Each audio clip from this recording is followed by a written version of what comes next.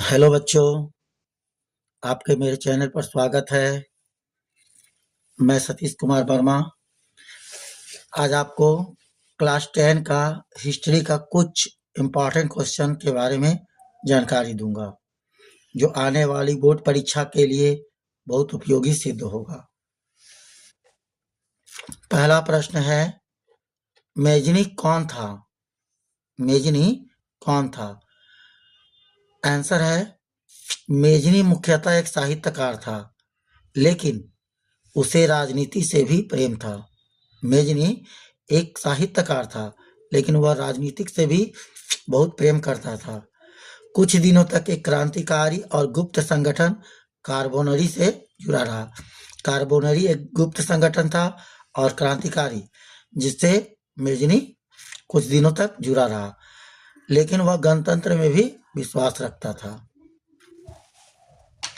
Question number 2, Germany के एकीकरण की बाधाएं क्या थी? जर्मनी के एकीकरण की बाधाएं क्या थी? आंसर है, जर्मनी के एकीकरण की अनेक बाधाएं थी। वह लगभग 300 छोटे बड़े राज्यों में बटा हुआ था। 300 छोटे छोटे खंडों में बटा हुआ। इन सभी राज्यों के प्रमुखों की अपनी अपनी सोच थी। वे धार्मिक और जातीय रूप से भी एक नहीं थे। इसी कारण जर्मनी के एकीकरण में बहुत सी बाधाएं थी। क्वेश्चन नंबर 3, 1848 के फ्रांसीसी क्रांति के क्या कारण थे?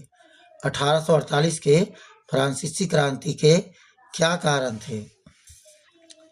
फ्रांस का शासक लुई फिलिप उदारवादी था, लेकिन वह महत्वाकांक्षी था। उसने 1840 में गीजो को प्रधानमंत्री नियुक्त किया। गीजो एक कट्टर प्रक्रियावादी था। राज्य में वह किसी भी सुधार को लागू करने के पक्ष में नहीं था। राजा लुई फिलिप भी अमीरों का साथ पसंद करता था। उसके पास कोई सुधारात्मक कार्यक्रम नहीं था। देश में भूखमरी और बेरोजगारी चरम सीमा पर पहुंच गई थी। फलतः सुधारवादी क्षुब्ध रहने लगे, उसकी सभी नीतियों को पसंद नहीं करने लगे। 1848 की फ्रांसीसी के ये सभी प्रमुख कारण बने। क्वेश्चन नंबर 4 है बच्चों, पूंजीवाद क्या है? जैसा कि नाम से ही पता चलता है कि इसमें पूंजी की प्रधानता है। तो पूंजीवाद क्या है? पूंजीवाद एक ऐसी अर्थव्यवस्था है जिसके तहत उत्पादन के सभी साधनों पर पूंजीपतियों यानी कैपिटलिस्टों का अधिकार रहता है। वे ही कारखाने लगाते हैं और उत्पादन करते हैं। इसमें सरकार की कोई भागीदारी नहीं रहती है। सर्वोसर्वा कोई एक पूंजीवादी व्यक्ति होता है जो उस पर निजी स्वामित्व होता है। इस अर्थव्यवस्था में पूंजीवादी ही लाभान्वित होते रहते हैं। नेक्स्ट क्वेश्चन है बच्चों, खूनी रविवार क्या है? खूनी रविवार क्या है? 1905 में जापान जैसे छोटी एशियाई देश जब रूस से हार गया, जापान एशियाई देश जब रूस हार गया, यानी रूस जापान से हार गया था, तो वहां क्रांति हो गई। 9 जनवरी 1905 को लोग रोटी दो के नारे के साथ राजमहल की ओर प्रदर्शन करने के लिए बढ़ने लगे। सेना ने इन निहत्थों पर गोलियां चलाने शुरू कर दी। उस समय बच्चों वहां के जार निकोलस द्वितीय राजा थे। भीड़ में बहुतेरे लोग थे, जिनमें स्त्रियां और बच्चे भी शामिल थे। सभी मारे गए। वह रविवार का दिन था। तब से इस तिथि को खूनी रविवार के नाम से जाना जाने लगा। यह घटना 9 जनवरी 1905 को हुआ था। क्वेश्चन नंबर 6, क्रांति के पूर्व रूसी किसानों की स्थिति कैसी थी?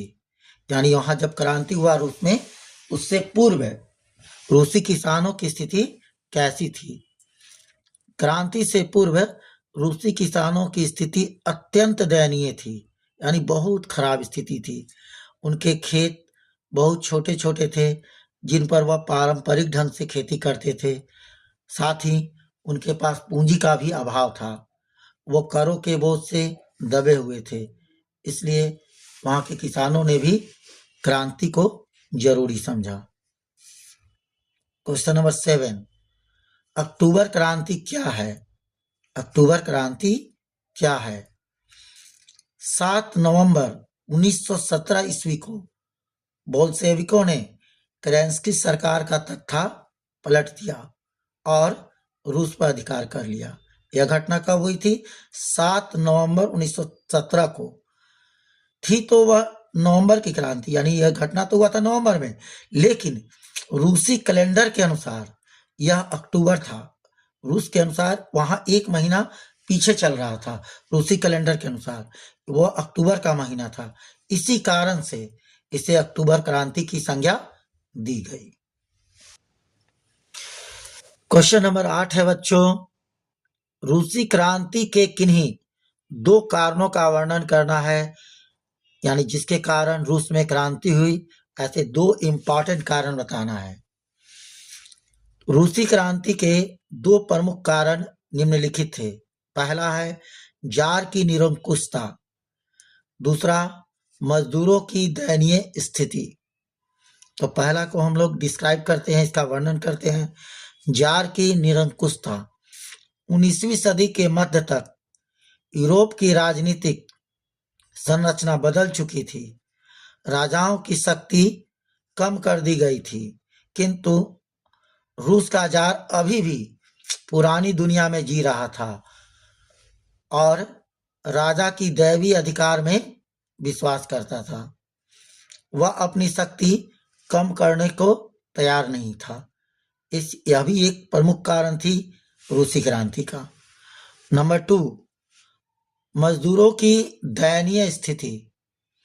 रूसी क्रांति के पूर्व वहां के मजदूरों को अधिक समय तक काम करना के बावजूद उन्हें मजदूरी बहुत कम मिलती थी। मजदूरी इतनी कम मिलती थी जिससे वह अपने परिवार का भरण पोषण भी नहीं कर पाते थे। मालिकों द्वारा उनके साथ दुर्व्यवहार किया जाता था। ये ऐसे 2 प्रमुख कारण हैं जो रूसी क्रांति का प्रमुख कारण बना। क्वेश्चन नंबर 9 बच्चों, रूसी क्रांति की नीति क्रांति हेतु कहां तक उत्तरदायी थी? रूसीकरण की नीति क्रांति हेतु कहां तक उत्तरदायी थी? इसका आंसर है बच्चों, रूस में अनेक राष्ट्रों के लोग रहते थे। स्लाव जाति के लोगों की अधिकता थी। वहां स्लाव जाति सबसे अधिक थे। फिन, पोल, जर्मनी, यहूदी आदि जातियों को भी कमी नहीं थी।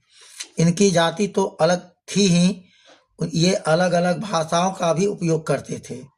इनके रस्म रिवाज भी भिन्न भिन्न थे। ऐसी स्थिति में जार निकोलस द्वितीय ने इन लोगों पर रूसी भाषा शिक्षा थोपने का प्रयास किया। ऐसी स्थिति में जार निकोलस द्वितीय ने इन लोगों पर रूसी भाषा शिक्षा संस्कृति लादने का प्रयास किया। उन पर जबरदस्ती ये काम किया जाने लगा। इससे अल्पसंख्यकों में भारी निराशा फैलने लगी। जार के इस रूसीकरण का सभी अल्पसंख्यकों द्वारा विरोध किया जाने लगा। इस नीति के विरुद्ध 1863 में पोलो ने विद्रोह कर दिया, जिसे निर्दयतापूर्वक दबा दिया गया। अगर वीडियो अच्छा लगे बच्चों तो कृपया लाइक शेयर जरूर करें। आज के लिए इतना ही। नेक्स्ट अगले वीडियो में मिलते हैं। तब तक के लिए धन्यवाद। जय हिंद।